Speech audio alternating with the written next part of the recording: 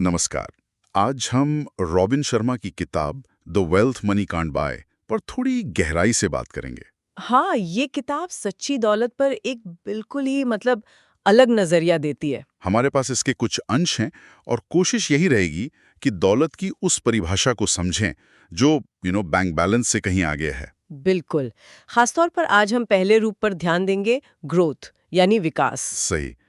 शर्मा का main point ये है ना कि समाज हमें सिखाता है कि पैसा, शोहरत, चीजें यही सफलता है। हाँ, और इसी चक्कर में कई लोग बाहर से सफल दिखने वाले लोग भी अंदर से एकदम खाली महसूस करते हैं। वो सोने की खिड़कियों वाला घर, उसकी कहानी याद है? हाँ हाँ, कि दूर से सब सुनहरा दिखता है, पर पास जाओ तो पता चलता है कि वो सोना नहीं है।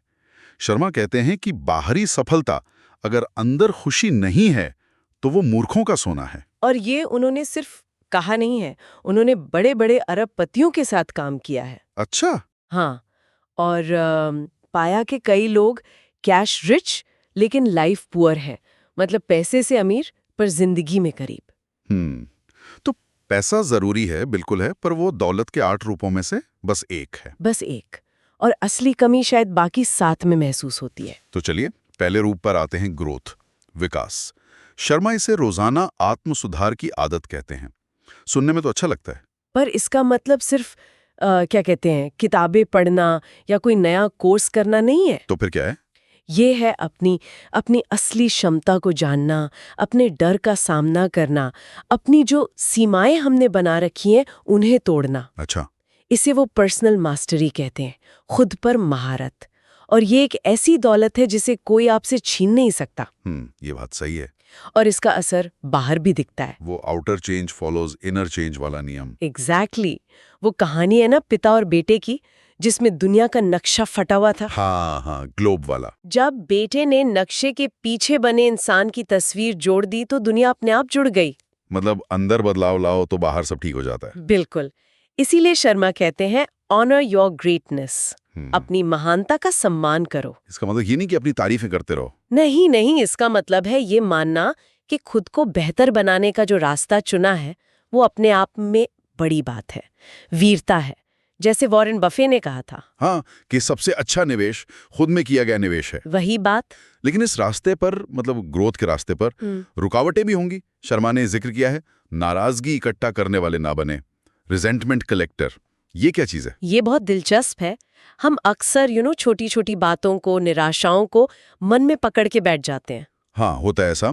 शर्मा कहते हैं कि ये धीरे धीरे जमा होकर एक रिजेंटमेंट स्टैक बन जाता है, नाराजगियों का ढेर। और ये ढेर ये हमारी सारी एनर्जी चूस लेता है और दुनिया को देखने का हमारा नजरिया भी बिगाड़ देता है। हम अतीत में अटक जाते हैं। तो इससे विकास रुक जाता है। बिल्कुल। इसलिए माफ करना, आगे बढ़ना जरूरी है, करुणा रखना जरूरी है। ये तो सोचने वाली बात है। अच्छा, एक और बात जो आजकल की हसल कल्चर से एकदम उल्टी लगती है। शर्मा कहते हैं थोड़ा अव्यवस्थित होना ठीक है। It's okay to be sloppy. हाँ, ये थोड़ा चौंकाता है। मतलब क्या ये टालमटोल का बहाना नहीं?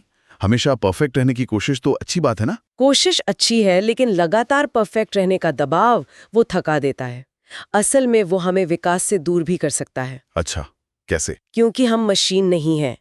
कभी कभी थोड़ा कम काम करना, आराम करना, बस इंसान की तरह महसूस करना, ये भी जरूरी है।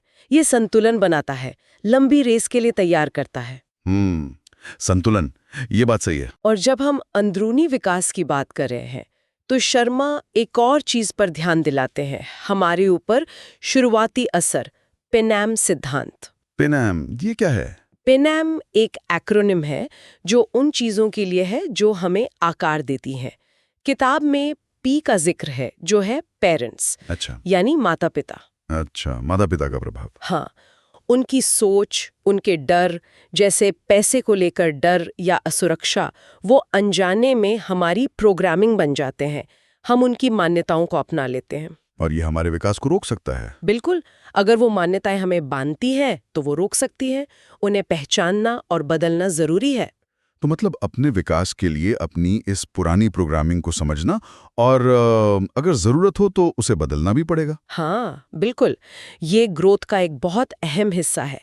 होशपूर्वक चुनना कि हमें क्या बनना है। तो सार ये है कि रॉबिन शर्मा दौलत को बहुत बड़े पैमाने पर देखते हैं। पैसा उसका सिर्फ एक छोटा सा हिस्सा है। सही कहा। और इसमें व्यक्तिगत विकास यानी ग्रोथ वो एक तरह से नींव है। ये न सिर्फ अपने आप में एक दौलत है, बल्कि ये जिंदगी के दूसरे हिस्सों को और दौलत के दूसरे रूपों को भी संवारता है। बिल्कुल। और यहीं से वो सवाल दिमाग में आता है कौन सा?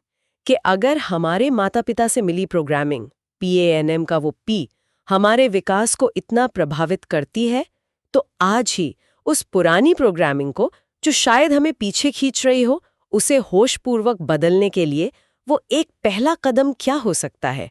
क्या किया जा सकता है? ये सोचने के लिए एक अच्छा सवाल।